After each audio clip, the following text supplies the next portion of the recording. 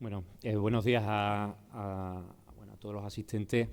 Yo voy a empezar, por supuesto, agradeciendo a la gente que nos ha traído hoy aquí, pero sobre todo quiero agradecerles a ustedes que hayan venido, porque de una u otra manera son los principales destinatarios de este tipo de debate. Cuando allá por 2012 empecé a investigar sobre cosas de fusiones, nunca me imaginé que al final esto se iba a acabar poniendo como un tema de debate casi a diario. Y eso es bueno. No sé cuál será el resultado final de todo este tipo de discusiones, pero fíjense, en Galicia, hoy, a día de hoy, ya es un planteamiento que a nivel regional la propia Xunta de Galicia lo ha puesto de manera muy seria sobre la mesa. Es decir, porque están llegando a una situación que es insostenible, sobre todo después de la pandemia. No me voy a extender en las cuestiones que bien ha explicado aquí don Álvaro sobre el tema económico, sobre las bondades económicas y tributarias de lo que puede suponer la fusión de dos municipios. Pero sí me quería centrar en la figura precisamente de los cargos representativos, de los alcaldes y alcaldesas, de los concejales y también, por supuesto, de los parlamentarios de la Asamblea de Extremadura, de cuál puede ser la posición de ustedes ante este debate. Una primera idea. Los que han pasado por cargos de representatividad a nivel municipal, viendo el volumen de atribuciones y de exigencias competenciales que cada vez más se les van atribuyendo a través de la legislación, sobre todo especial, a veces de manera con cierta sorna, digo que algunos o que la mayoría están en libertad vigilada. ¿Por qué? Porque es tal la cantidad de exigencias y de responsabilidades a todos los niveles que se les está imponiendo a los alcaldes y alcaldesas que es muy fácil meter la pata. Por empezar por las últimas, en materia de bienestar animal. No voy a preguntar quiénes de aquí tienen ya hecho el censo de gatos o tienen puesto el tema de la perrera, en materia de protección de datos, en materia de violencia de género, en materia el shareholder, ¿no?, el tema del canal de denuncia. Claro, sobre estas competencias y muchas otras, dice, bueno, las estamos llevando bien, las tenemos sobre el papel y bueno, pasando de puntillas, verdaderamente las ejecutamos, no las ejecutamos. Otra reflexión que también debemos de hacer, ¿verdaderamente nuestros municipios son autónomos, es decir, tienen autonomía local tal como lo establece la Constitución? ¿O cuánto de nuestro presupuesto y cuánto de nuestra gestión ordinaria depende de la Diputación de turno o depende de la comunidad autónoma? Porque claro, esa autonomía acaba siendo muy mermada. Entonces, cuando se plantea el debate de la fusión de municipios, yo siempre digo que no hay que siempre pongo el ejemplo de la legislación antitabaco. Cuando salió la ley antitabaco, era como, esto va a ser imposible, y luego cuando llegó, todo el mundo estaba de acuerdo. Al final todo digo, pues esto está bien, ¿no? Plantearlo en términos de identidad, a mí me parece un error. Me parece un error porque creo que de lo que verdaderamente se trata es de plantear una redistribución de la planta local por temas burocráticos y por temas electorales. ¿Para qué? Para llegar a hablando de una escala, ¿no?, para llegar a una escala óptima. ¿Óptima para qué? Para poder gestionar bien todas estas competencias y atribuciones y estos que se nos atribuyen y cada vez más.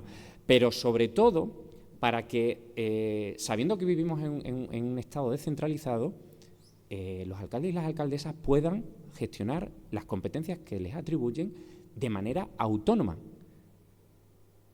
¿Esto qué quiere decir? Pues que cuando ese alcalde o esa alcaldesa se dirige a otra administración, se dirija de tú a tú, en el sentido competencial y, por supuesto, desde el respeto institucional. Pero no desde una situación paternalista o una situación a veces de minoría de edad. Pero no solo pasa con otras administraciones, sino incluso con grandes empresas. No se dirige el alcalde de un municipio pequeño con igualdad de armas con Endesa o con Iberdrola que el Ayuntamiento de Madrid o el Ayuntamiento de Badajoz. y yo creo que todos ustedes seguramente en alguna ocasión han tenido el problema tan sencillo, es decir, se nos queda desierta la licitación de la energía eléctrica porque es que no nos hacen caso. Y al final casi que nos imponen sotoboche cuáles son los precios de la luz que tenemos que poner en los pliegos para que no se nos queden desiertos. Lo ha comentado Álvaro, todas las exigencias en materia de contratación, es decir, la complejidad de la contratación administrativa, pero no solo de la contratación, sino del otorgamiento de subvenciones, sino en materia de personal, sino en materia... Es decir, él lo ha definido muy bien. No se trata, fíjense, no se trata de obtener una escala por el puro economicismo, es decir, vamos a ahorrar. No se trata de eso, se trata de optimizar para, con los ingresos que tenemos, conseguir lo mejor. Y está claro que hay cosas que sí se pueden optimizar. Hay recursos que se pueden optimizar precisamente en materia de especialización. Y eso además revierte en la ciudadanía de manera directa a la hora de, ya no solo de una mejor prestación de los servicios, sino de un mejor control de los servicios. Incluso un mejor control desde la propia posición de la oposición que está en los plenos. Es decir, a la hora de ser transparentes, a la hora de exigir responsabilidades. Yo siempre pongo el ejemplo, y aquí, ahora voy a hablar, y con esto termino, de marcarnos 3 hitos a corto, medio y largo plazo. Lo tengo dicho por activa y por pasiva y lo tengo estudiado. Es decir, yo propugno la fusión y además donde la iniciativa debe partir de esta asamblea a nivel regional, del gobierno regional y de la asamblea como trámite, como parlamento, ¿no? Como el que debe ser el que apruebe esta normativa y además de manera consensuada. Pero entiendo, como aquí también ha manifestado Gabriel, que es algo pues que se exige cierta altura de miras y que el cortoplacismo, ojo, no es una crítica, cortoplacismo que tenemos impuesto por la cantidad de exigencias diarias a las que están ustedes sometidos, los alcaldes y alcaldesas, es que no da margen para hacer un planteamiento de cierto fondo. Ese cortoplacismo y esa cantidad de exigencias a todos los niveles nos impide sentarnos y reflexionar. Pero sí hay cuestiones que se pueden hacer a medio y corto plazo. Ejemplo, yo no les voy a decir que se fusionen de hoy para mañana, pero a lo mejor sí pueden hacer, vamos a decir, soft law, en el sentido siguiente. Se da el caso, y ustedes lo saben, que siendo municipios limítrofes, tienen ordenanzas distintas en materia urbanística, en materia de tráfico, en materia de licencias de actividad. Entonces se da el caso de un señor que monta una panadería en Don Benito y que dice, oye, pues esto me va bien, voy a montar una panadería también, voy a montar otra en Villanueva, ¿no? Por lógica. Y resulta que en Villanueva los requisitos para montar una panadería son distintos. Y empezamos de cero, y empezamos a jugar. Y donde me pedían el papel X, ahora me piden el papel A. O en materia de tráfico. Resulta que tienes la ordenanza de tráfico de tu pueblo donde te dicen que delante de un vado no se puede aparcar. Pero tú te vas al municipio de al lado, cosa que todos hacemos frecuentemente, y ahí sí se puede aparcar delante de un vado si tienes la matrícula de... ¿no? Es decir, no puede ser que en los 400 municipios que tenemos en Extremadura tenemos 400 ordenanzas en materia de tráfico, 400 ordenanzas en materia de actividades, en materia urbanística. O sea, lo de la materia urbanística da para un auténtico libro, ¿no? Es decir, claro, eso dice, bueno, la autonomía local te permite la reglamentación. Dice, sí, pero es que al final todos sabemos que nos movemos indistintamente en los distintos municipios y la actividad económica no entiende del INDE y no entiende de términos municipales. Y todo eso supone una rémora, y todo eso supone. Entonces yo creo que algo relativamente sencillo es la simplificación normativa.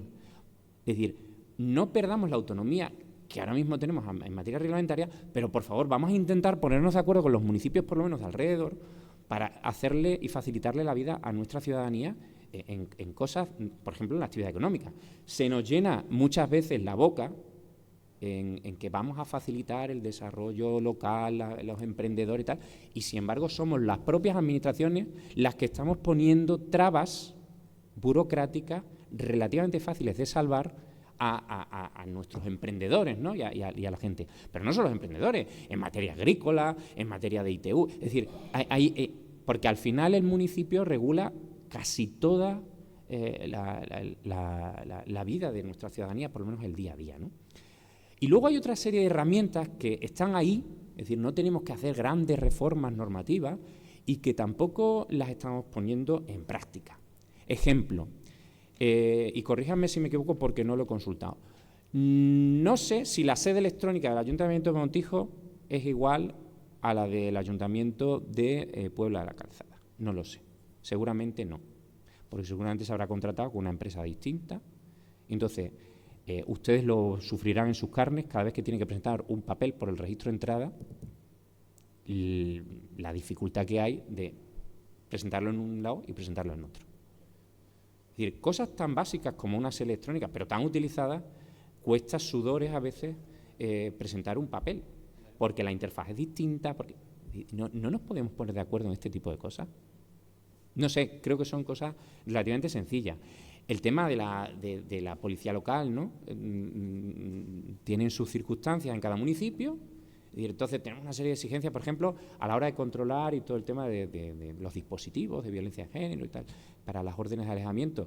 Pero luego resulta que es que la policía local de un pueblo no se trata con la de al lado, porque además legalmente están totalmente... y entonces, ¿qué pasa? ¿Que no pueden pasar del término municipal? Poco a poco se van salvando algunas cosas y es verdad que a través es como que se prestan, ¿no? Para determinados momentos puntuales a agentes de un municipio al de al lado, pero quizás debiéramos de plantearnos el simplificar estas cuestiones que están de nuestra mano. De verdad, la simplificación es necesaria. Los recursos con la administración electrónica, y corríjanme también si a veces no han tenido esta sensación, hemos conseguido la cuadratura del círculo, es decir, la burocracia electrónica. Es que es increíble la cantidad de problemas que da la administración electrónica porque nos piden casi el doble de papeles a la hora de presentar algo electrónicamente. Bueno, quizás lo de las fusiones se nos puede quedar muy alto y hay que trabajarlo más lentamente, pero hay ciertas cosas que nos deben tender hacia esa fusión, ¿no? Otro ejemplo, el tema de la recogida, por ejemplo, de residuos, ¿no? Lo pongo siempre este ejemplo. El camión de la basura le da un golpe a mi coche. ¿Frente a quién pongo la reclamación patrimonial? Frente al ayuntamiento, frente a la UTE que lleva la cuestión, que lleva los camiones, frente al consorcio de la Diputación, frente a la Diputación, frente a la Mancomunidad, que fue la que cedió, la que hizo una encomienda de gestión. Mire, todo esto funcionando bien, porque no siempre funcionamos bien en las administraciones, desde luego es opaco y desde luego no facilita a la ciudadanía el día a día. Volviendo al papel que representan los cargos, los alcaldes, alcaldesas y los concejales, yo creo que si simplificáramos, si tendiéramos a esa línea de fusiones, se facilitaría muchísimo la gestión diaria, se facilitaría muchísimo lo que es el control y el ejercicio de la política y de la sana política en el ámbito municipal y, sobre todo, se facilitaría la vida de los ciudadanos a la hora de dirigirse a las administraciones. Esa inmediatez que muchas veces se predica como argumento en contra de la fusión, como bien ha dicho Álvaro, no se pierde. Es decir, el ciudadano lo que quiere es un buen servicio. Nosotros queremos que los guardias civiles hagan bien su trabajo. Nos da igual si la competencia es estatal o es autonómica o es local. Nosotros queremos que los juzgados funcionen bien, que la Administración de Justicia funcione bien. Y nos da igual si la competencia es municipal, local o autonómica. Entonces, eso es lo que nos debemos de plantear. Y luego, en materia de identidad, pues de verdad que creo que es un argumento que tiene poco recorrido. Es decir, porque mi patrona va a seguir siendo mi patrona, mi equipo de fútbol va a seguir siendo mi equipo de fútbol y no lo voy a perder. Es decir, el municipio compuesto existe y sigue funcionando. Y luego, que la gestión diaria de las competencias lo hagan desde una sede que esté en medio de dos municipios, Da igual cómo los denominemos, vamos a seguir manteniendo la denominación de municipio, llamémoslo lo otro municipio compuesto o llamémoslo, da igual, si al final es semántica. Quizá, obviamente, lo que se dice en la ley, que además luego hay una ley autonómica que lo llamamos entidades locales menores, es verdad que esa denominación ya empieza a ser un poco peyorativa, ¿no? Ya como que te estamos hablando de que entidad local menor. Bueno, pues vamos a llamarlo pueblos, si es que tenemos, si es que toda la vida se les ha llamado pueblos. Pues mi pueblo es este, pero el municipio es el que gestiona. Y yo creo que así se conseguirá una verdadera escala municipal y revertirá tanto en el buen ejercicio de la política como en el buen ejercicio de la ciudadanía. Nada más.